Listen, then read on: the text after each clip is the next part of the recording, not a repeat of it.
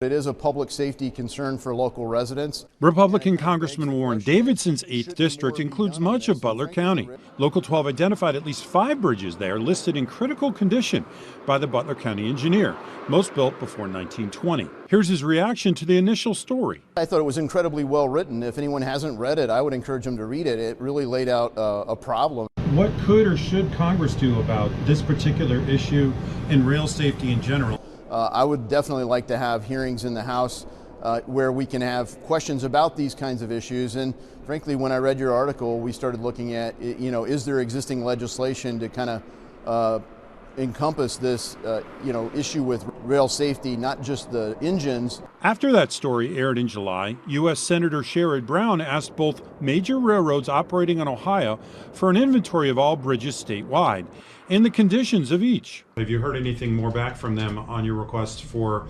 train bridge information and the train bridge inventory? We keep pushing them, and they just pretty much ignore the Butler County engineer, they ignore city councils, they pretty much ignored us, and they're going to wish they hadn't at some point. Rail safety came into sharp focus after this year's derailment disaster involving a Norfolk Southern train in East Palestine, Ohio.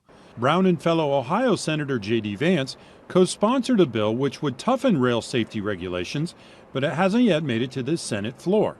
Butler County engineer Greg Wilkins is not required to inspect the train bridges, but does it as a public service. The required inspections are done by the railroad companies which own the tracks and bridges in question. The results of those inspections are not public, however, and are kept by the Federal Railroad Administration, or FRA. Government employees can request them, but not the general public, through this FRA website.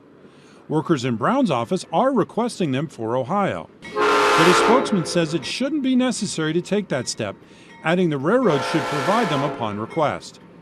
Previously, both Norfolk Southern and CSX said the bridges are safe and that their own inspectors gave them passing marks. I emailed both Norfolk Southern and CSX to follow up Thursday, asking them if Local 12 could see the reports and perhaps accompany a railroad bridge inspector. Norfolk Southern resent their original statement from earlier this year, Friday, reiterating the bridges are safe. CSX did not respond in time for this story. James Pilcher, Local 12 News. Thanks for checking out Local 12's YouTube channel. Click the links and hit subscribe so you can be notified anytime we post new stories.